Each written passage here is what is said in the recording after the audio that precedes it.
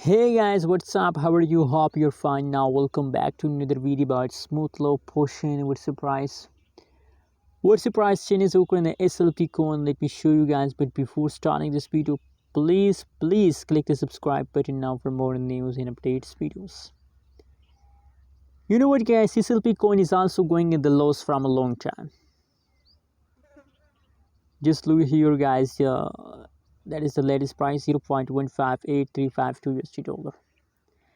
That is the latest price of the SLP coin on the other side. Furthermore, if we talk about the changes, so now the last 1 hour chain is negative. Last 1 day, last 1 week, these all changes is also negative. Completely guys, the price decrease dumps. So guys, what should we do in this critical situation?